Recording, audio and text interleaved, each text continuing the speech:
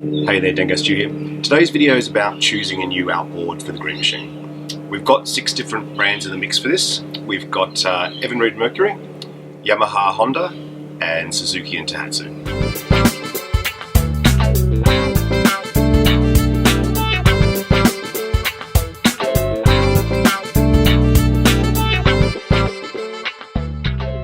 I've uploaded this video early. I normally sort of try to stick to one a week, but I think we're going to be a bit more frequent than that for a little while because I'm a bit against the clock at the moment. Once we've got that final coat of anti-foul on the hull, the boat has to go back in the water within a month generally. So I'm going to try and get everything sorted in a month. So they'll be coming a little bit thick and fast at the moment, hopefully, and we'll get across the line in time. It's pretty hard to choose between all these brands. They're all great outboards. So to help with this, I've organised a bit of a dinner to bring together some of the greatest minds in the maritime industry. Yeah, alright. So before we get into the nitty-gritty of the different brands to choose from, I think we need to rule a few things out. So, the green machine doesn't have a compliance plate, whatever you call it, saying what horsepower it's rated for. So what are we going to guess? Well, I think it was back in pretty the day, probably about 30. I reckon in the day, exactly. Yeah, on a lake. On a lake, 25. With an umbrella, with a parasol. That's how it worked. And hula dances. So what are we thinking now, though? Oh, 120. Yeah. 120? Yeah. Crank it up. Optimistic. Optimistic? A few cement bags in the bow. Yeah, true. Yeah. I'm thinking more 40. 50. 50? 50. It's a long hull. It's a 14-footer. It's not a But it went well with the 50. Or 15-footer. It did. It was a 50, but it was a 50 20 years ago. Yeah, but you, like, talking about the weight of the motor, you felt like it was still a bit light in the nose for that Yes. weight of motor, but the motor ran well. It did. It was good. All right. Okay, so we'll go 50. Now, I've got to say, Pedley's a big E-TEC fan, and for that reason alone, I'm giving you... Suzuki. No. I'm giving you the Evinrude brochure to go into the Bible, yes. The New Testament, as we call it. But I'm a big four-stroke fan, so we're looking fundamentally at 54-stroke, but the decision's not made, so Okay. Evinrude's in the mix. Okay. I'll consider it. It is. They are... And you own an Evinrude, you own an E-TEC. Yes, and, You do. and it still works. Wait, had a couple of weeks now? Yeah. And what other outboard do you own? I've got a Suzuki. No, you don't. Yes, I do. Under the house. Oh, do you? Yeah. 2 hours. Does that work? Got 2 hours on it. Oh, really? Yeah. Does that work? How much do you want for it? 600? How much is what? How many horsepower? 2. 2. No. All right. There's an astounding... What other outboard do you own? Let me tell Yamaha. you. No. Thank you. Great outboards. And what outboard do you own? I own a perfectly functioning Tohatsu. There you go. Very, You very get tall Tohatsu. hull. Now, I couldn't get the glossy brochure for Tohatsu, but Mick kindly printed it off. That's alright, I'm a no-frills kind of guy, that'll be fine. Coastal Mobile Marine, I think it is. Ah, Or did I get that wrong? Nice work, Nick. Could be Mobile Coastal Marine. I don't know. And so we're running out of outboards. What sort of motorbike do you have? I have a Honda. There you go. This one. I nearly wore that one. Okay. My motorbike's a Suzuki, so I'm keeping this one. And the boat I'm borrowing while the green machine's getting fixed up is a Mercury, so 6 brands. There can be only one. The ultimate smackdown. I'm going to keep a spreadsheet. You do love a spreadsheet. I do love a spreadsheet. So, I think before you can pick an outboard, you need to know what you want to do with it. Now, I think if you're looking to buy an outboard for your own boat, you're going to have a particular thing you like doing, whether it's fishing, is it a tender to get you to your yacht, you're looking at a 3.5 with an integrated fuel tank, it's nice and convenient, you can throw it in the boot of the car, have an inflatable boat. Every time you're choosing an outboard, you're doing it because you've got a particular purpose in mind. In all our case, they're commuter boats. They get you from home to work or to the mainland, and they do it 6 or 7 days a week, all year round for hopefully 10 years. Paul, you commuted for years from the furthest. You were the deep river. There was serious banjo action. There was a little bit of banjo action where I was living. Yes, we do love banjo. And so, what did you do when you were commuting on? When you had that boat or that house? It was a mixture of a 40 Evinrude, which sunk and then blew up. Probably not totally the Evinrude's fault, I've got to be honest. I think I got that call. Yeah, you took me to the pub that night. That's how you fix it. So we went drinking. Followed by a 54-stroke Yamaha. Nice. Which ran beautifully and then got stolen. Followed by a 50 Tohatsu oil-injected 2-stroke. Which ran beautifully, but not in a glamorous way. So never got bit stolen. rough or? No. It was a good engine. Yeah. Nothing like the 4-stroke. Yeah, right. Didn't have the same quiet or the same fuel efficiency, but still very, very usable. Yeah, nice. Now, Pedler, you've had a checkered career. Checkered career of Yamaha 40s. 2-strokes? 3-cylinder 2-strokes. Yeah, mostly, yeah. Going back to the late 90s on the river. And wow, you are old. as old as you well, older actually than used to. But we all arrived at the same time. Yeah, in the late 90s. Yeah. And we commute, so we thrash the living daylights out of them. They're hot, driven hot from the start, and you go flat out for a 2K. And Yamaha's been really, really good. We've stunk one, dropped one in the water. Oh, that's right, you dropped yours. And nearly went with it, just held on to the propeller, but managed to get the 40 back in the boat. And they've all survived. They survived another couple of years. And they've only died through our negligence of servicing them. Yeah. I personally feel that every outboard now is of a reasonable quality. It used to be the day when there was people say, this particular car's a lemon, and I think that's really changed. Like, almost every car on the market now is fundamentally a good car. And I do actually believe that with outboards too. It's a genuinely hard decision to choose between all the different brands we've got because none of them are obviously lemons. You know what I mean? Like, there's no such thing as a brand you go, wouldn't touch it. I mean, there might be brands out there, but certainly none of the 6 we've got on the table as possibilities are bad outboards at all. And I think it really does come down to how well do you look after it? You know, what conditions, and to a certain degree, an element of luck. You know, I hear people have problems with every brand, and that's the thing about it. People say to you, I had a Honda, I had a Yamaha, I had whatever, and it had this problem. But you hear that about every brand. Look, I think that's true. I think any large-scale manufacturing setup is going to have statistical anomalies. They're going to have a certain number of production issues with every run. But I agree with you. I think for the most part, they're all pretty good. They're all pretty reliable. For every person who says to you, I had this issue within 3 weeks, somebody else tells you that their boat ran for 20 years, no problems. And I think you can't take single stories into account.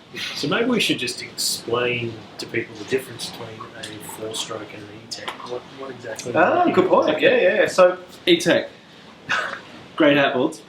That's the difference. Okay. I believe they were made in the USA. Where's that? It's is that in Europe? not far from Europe. 12,000 things. Yeah. These are I believe the only 2-stroke outboards being allowed to be sold in the EU and possibly the States. Because of the emissions. Because of the emission controls.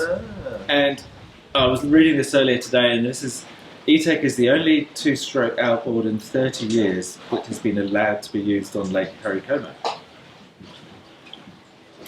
Who's Pericoma? It's a lake in Italy. Italy? No, but it's not Lake Pericoma, it's another one. It's Lake Constance. And it's in Central Europe, and it's the most protected inland waterway on the planet. And no other brands of outboard has been allowed to be used as a 2-stroke for 30 years. So it's purely 4-stroke. So it's competing with your 4-strokes. From a water pollution point of view? For environmental pollution and water emissions. If you don't boat on Lake Perry Constance, whatever it's called. Yeah. Is there any point getting away? Well, yes, they're obviously very beautiful, and Like Sigourney Weaver. I would say they have a design. They're a design classic. We're talking like your Zippo, your Coke bottle, your Marlboro packet, your Land Rover, maybe your Alfa Romeo, Stewie. So, how they long are. since you've had that prescription checked? No, I've just had Yamahas for so long. I wanted to try something else. Did you get bored with the perfection? Well, it wasn't so much perfection; it was the imperfections. They were just, yeah, yeah. So what happened? You didn't service them for 2 years? Yeah, and I didn't Stopped service working. them for I several think- thousand hours. How dare Actually, they? I remember getting a call from you floating somewhere at the end of Brooklyn Channel saying, my outboard stalled. Which one?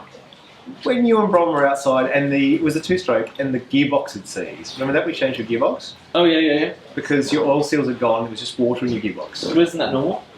Do you think that's Yamaha's fault? Yeah, because they should have protected the gearbox better. That's a good point. Yeah. So no, it's just people fishing. Ah! No, it's not. No, it is people fishing.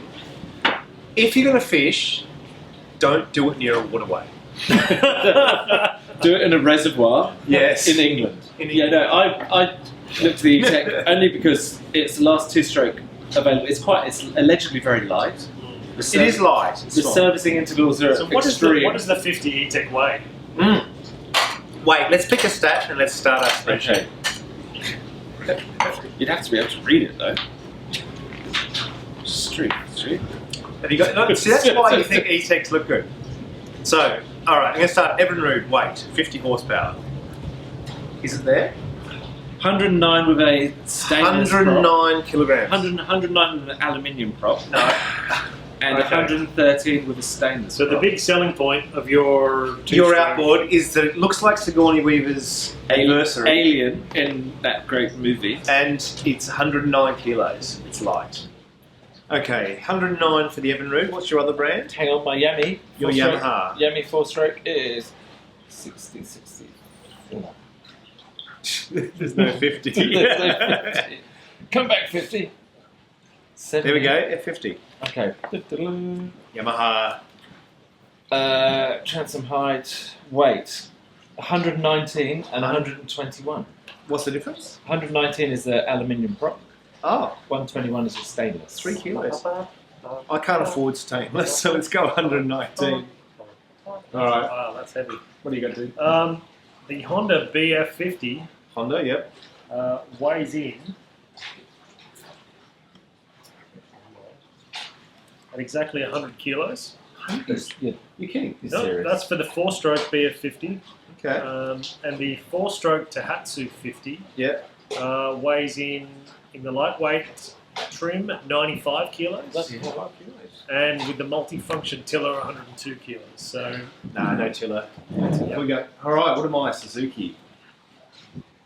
Oh, and thank you to Ian from Hunts Marine, sorry.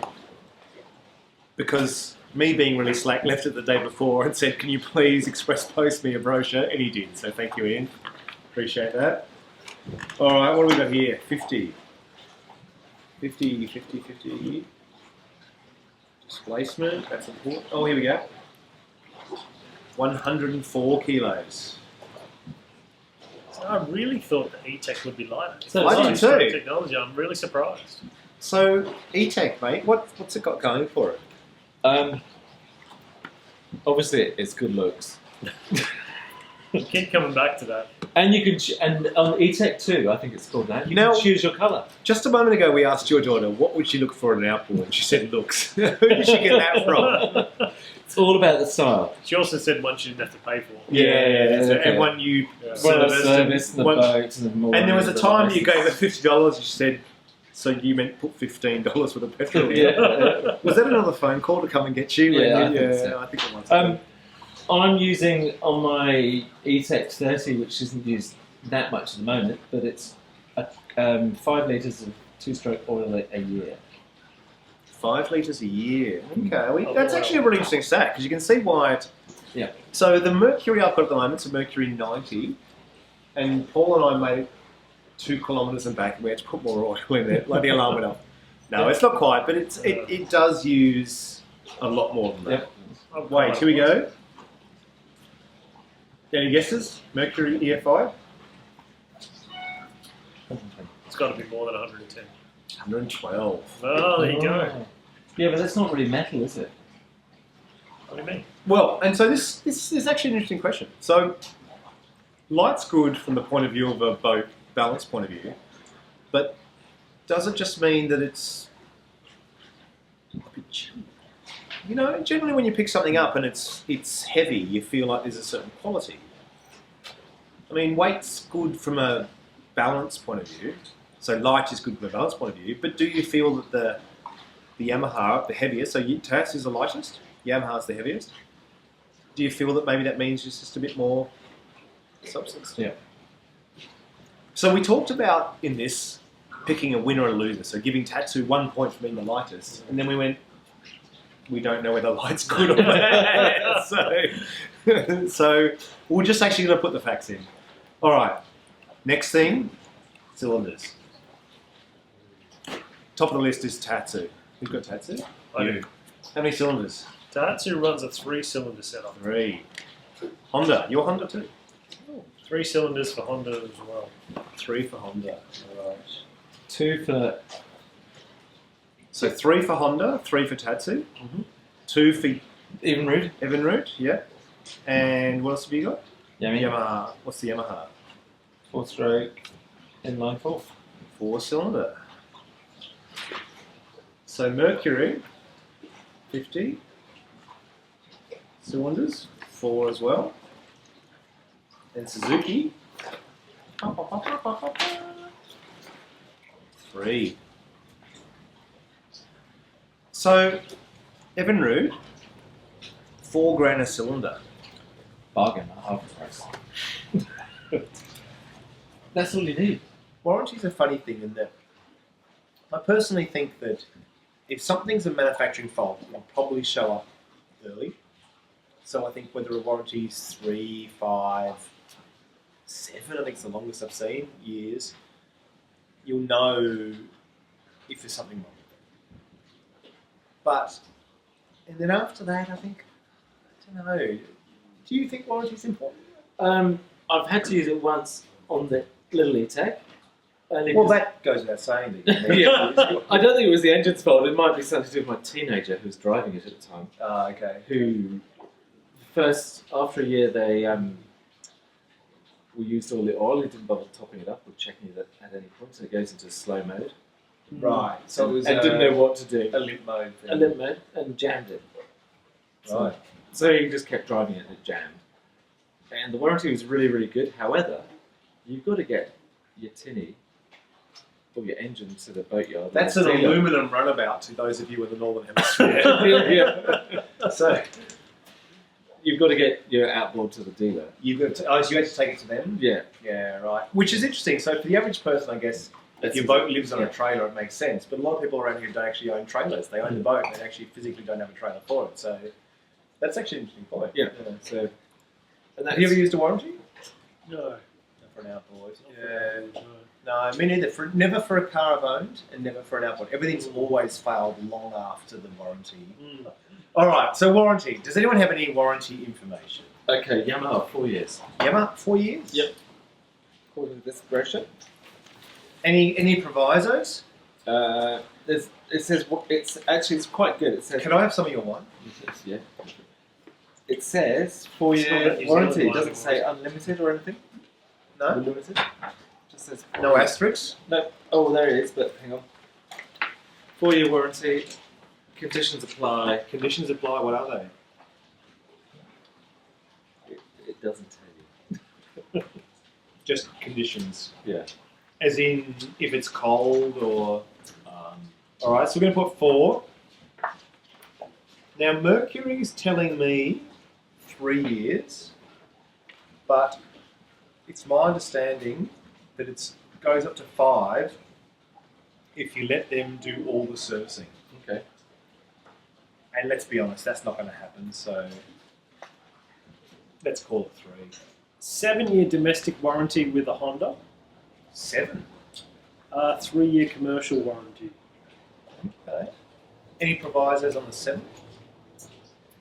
For a limited time, Yep. Honda is offering a 5 plus 2 year Yeah, it's +2. domestic and a 1 plus 2 year commercial. Additional 2 years are based on the following conditions. The outboard must be sold and set up by an authorised Honda Marine dealer.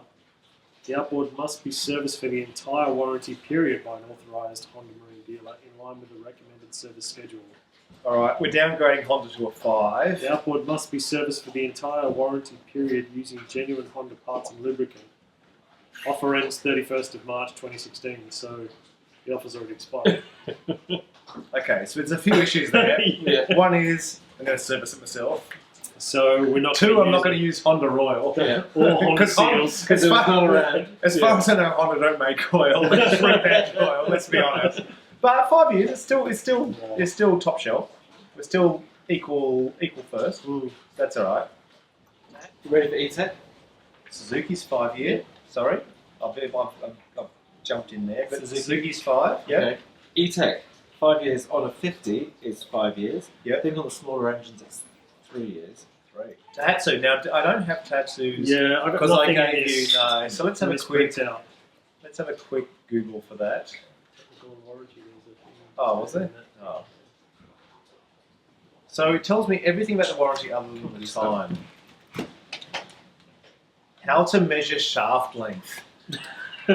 Don't Google that on the internet. No. Definitely refer to the owner's manual for that one. Do you have a warranty yet? How old is it? 5. Out of warranty. No. Go, Fantastic. off you go. Go. Be careful with that job. All right, warranty for Tohatsu. Now we need to find this. Okay, this is my fault. I'm going to put, I think it's 3 years. But if I'm wrong, and you're from Tohatsu, please comment and correct me. But I do think it's 3. I reckon now, displacement. So what do you think is good? Big displacement? Do you think big displacement? Do you think big displacement means low stress on the motor? I do. Yeah. I do think the more a motor's capable of, the less hard it will have to work to perform average Because duties. 50 is an interesting horsepower. So I think for the E-TEC, the 40, the 50, and the 60 are all the same engine, just remapped. Okay. Is that right? Yeah. Yeah. So theoretically, a 40 of that block has got less stress on it. Okay. 50 is middle of the range. So let's have a look. So That's interesting. yeah. So the Yamaha does that, but the 50 is the start of that displacement. Okay. The 60, 70 are all the same. So 996. Yeah, and the So 40. almost 1 litre. Yeah, and the 40 and the 30. Go down. So Okay. 40, 30s. So the 50s, the smaller. Yeah. Right. So so the 50 to the 70 It's 996. on the Yamaha is the same. So the 50 is the lowest power for the same displacement, same block. All right. So Mercury, I just saw then, is 995. That extra cubic centimetre is going to make all the difference. What do you got, Paul? So Honda, we've got 808 808. cubic centimetres. 808.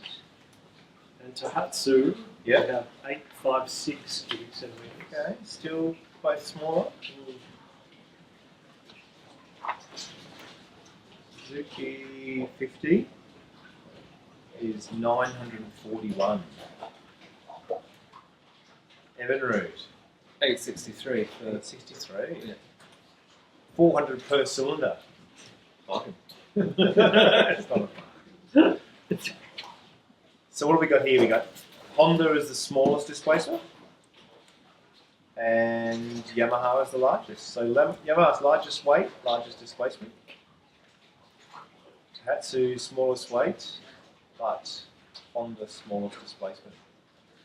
So I think next thing important is horsepower. So How many what horsepower is horses? the 50? Here we go. Where are we? 50?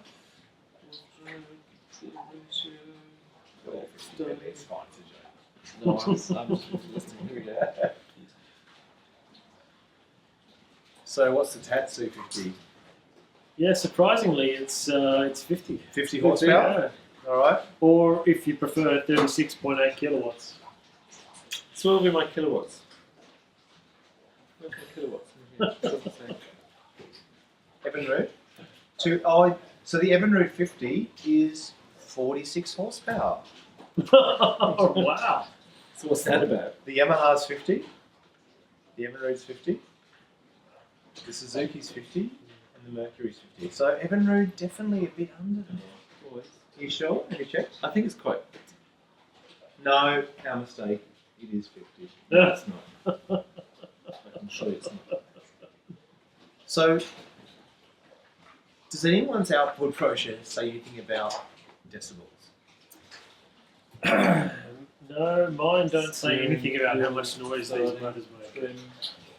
It would be an interesting comparative stat to say at this many revs, these are the decibels this motor puts out. That would be really interesting. My exhaust is through the prop hub. How about yours?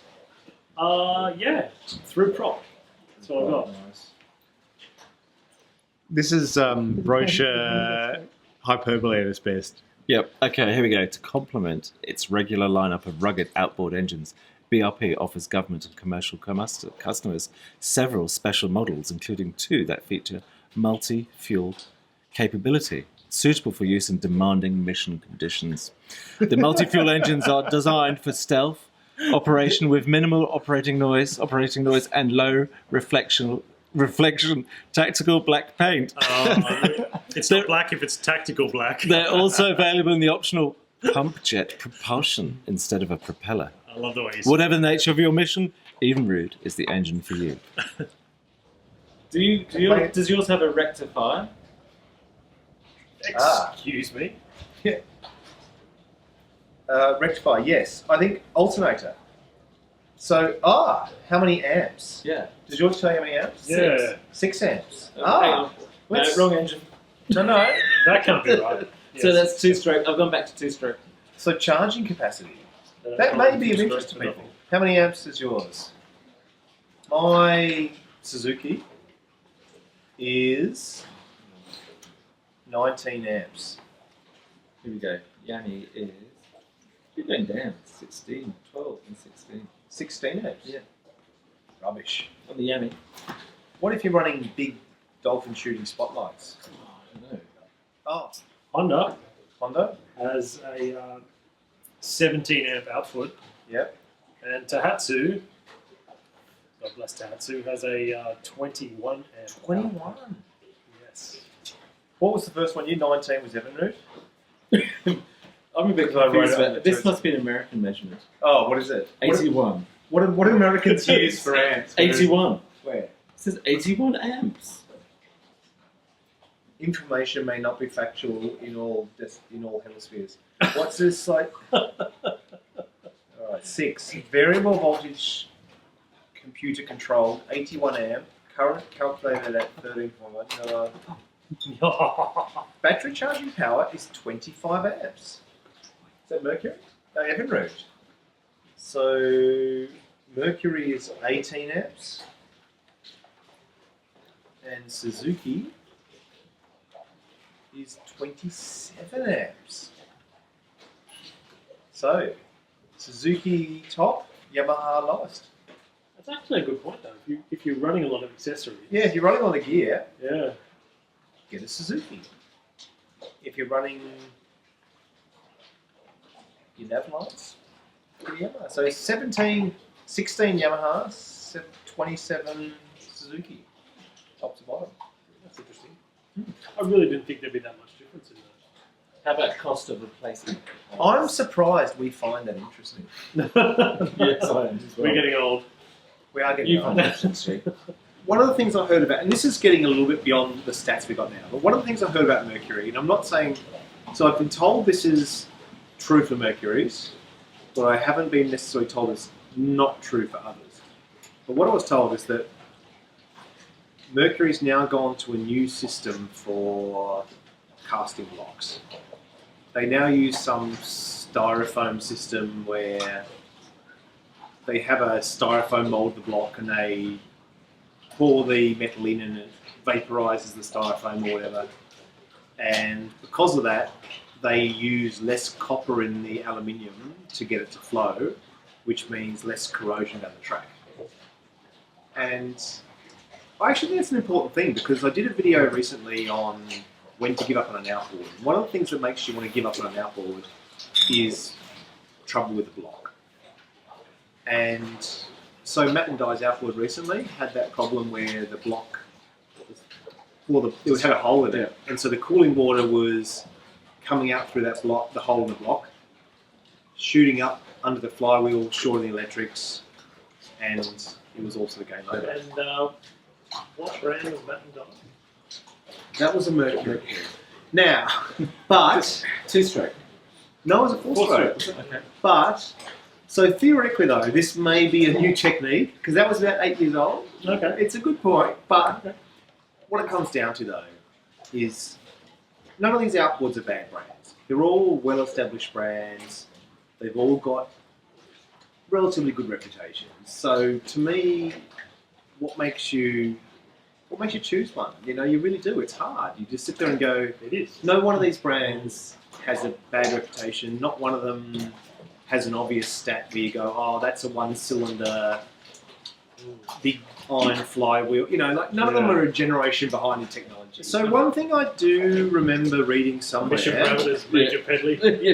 was that the Suzuki has a timing chain, not a timing belt. If you're into that kind of thing, is a memory. I actually can't see it in this brochure, but I do remember reading that. Now, so let's be honest. We're all, well, we're all humans, and we all. You're British. You're not human. There's a difference. Where were you born? Where was I born? Britain. England. Other than that, Britain. I do think it's a human thing, though. Mm. Pedley loves. You got to go for the looks. Yes. Stuff the dial, stuff the horsepower. It's got to be on the looks. See, No, I look. would rate the It's like- looks on the gauge way Higher higher. than the look of the Because actual when I'm outboard. operating the vessel, I'm not looking at the motor. I'm like, Do you drive like this, Pedley? All I'm saying is like, Are you doing this? if you're Eyes- doing that, that explains why Ed's been killed It's- twice already. yeah, That, it's that like does eyes explain and why. ankles. Eyes and ankles. Yeah. Just some. You're from the no, it's a- 1800s. No, it's yeah, indeed. Well, that's quite a lot of ankle you're displaying, my lady. yeah. No, it's got to be on looks. It's just like the E-TEC look. This looks like everything. It's like a. I get what you're It's an saying. SUV. It's dull. So we all agree that when it comes down, when all these numbers are said and done, it's usually something more visceral that makes up your mind. So I think the dials on the Tohatsu look awesome. We're going back to dials, haven't we? Well, it has. So the dials on the Tohatsu. So I actually think it was the Yamaha. You pay extra for digital dials, I think. But to me, like a tacho has to be analog. Analog tacho is the best. So Tohatsu has an analog tacho with a digital display for voltage, oil pressure, all those extra things. And that's good information. It's nice to have it. Tacho's your main instrument. The rest's... I don't think E-TEC has I would dials. second that. Suzuki has nice analog dials too. Oh, here we go. Dials. How about that? What have you got? I will not tell you which brand it is, but you'll just have a look. Let me guess. Is it Evinrude? No, it may well be. Do you like that? Look! Digital all the way. Even the analog one's digital. Oh, Analog. how can that be? It's an LCD analog. Digital. That goes against my core. That's not right.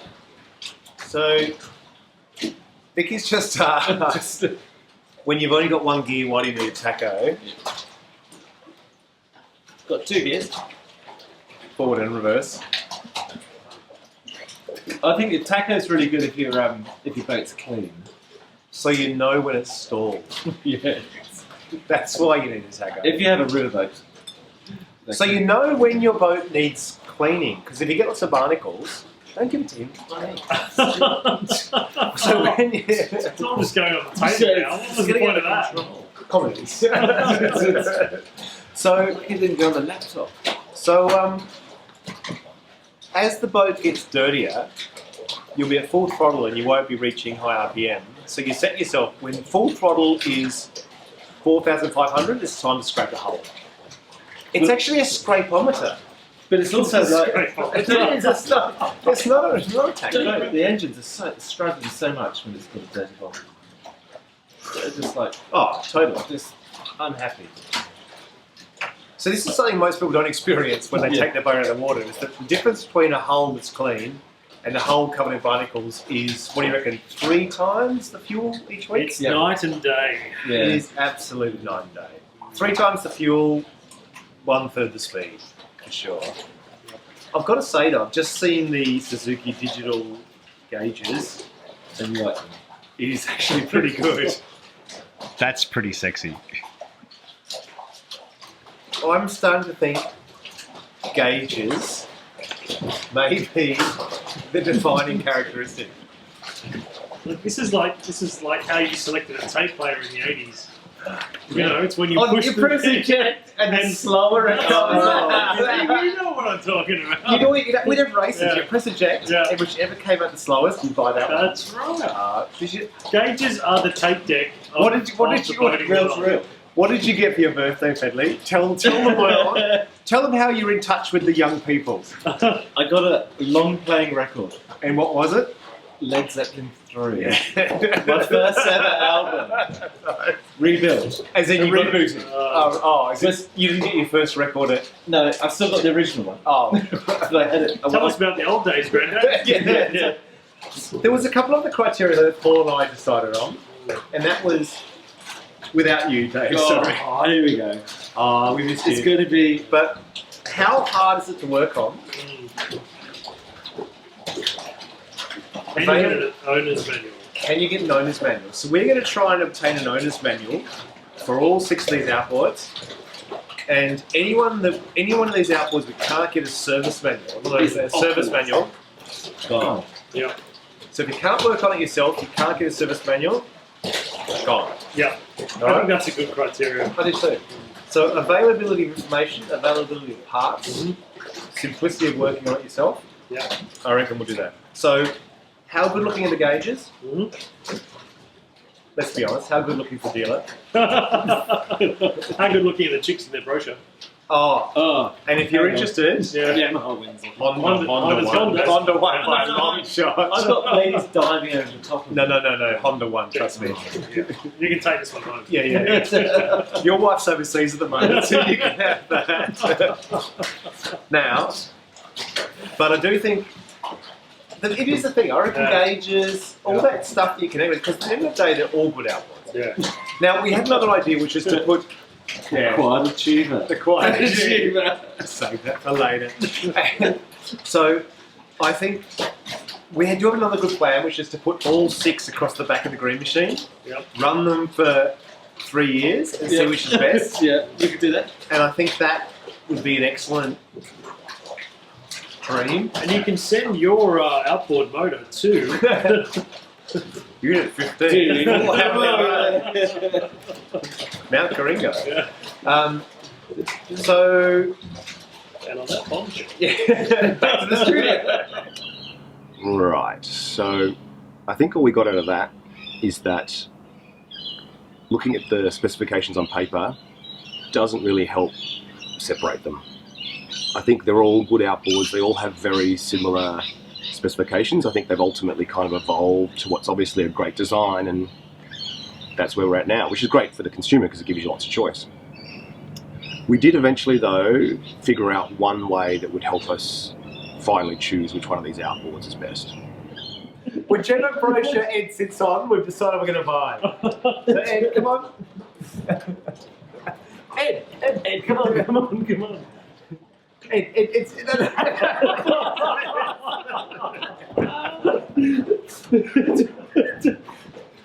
No, none of that. Hang on.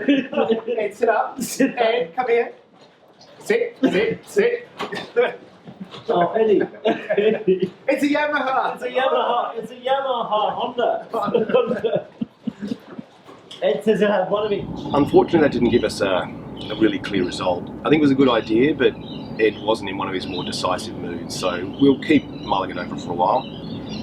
Looking forward to hearing what you guys think, what experiences you've had with different outboards, different dealers, particularly if you've owned the outboard for a while. I know all outboards have problems, so I'm not sort of going to take any one story about, you know, I had one of these and it died to heart, because I do believe, you know, I've never heard of an outboard brand where there's never been a problem, you know. So now these preliminary stages of the project are over, I'm hoping the videos will get back to being a bit more of a tutorial style. I know they've been a bit more sort of video blog, I guess you'd say, so I hope that hasn't been too self-indulgent. But next thing I'm going to do is the electrics, so hopefully we can go through exactly how I'm going to do that, and I'll sort of talk a bit about why I'm going to do it the way I'm going to do it as well. Anyway, so thanks for watching. Please rate, comment, and subscribe, and I'll catch you next time. See ya.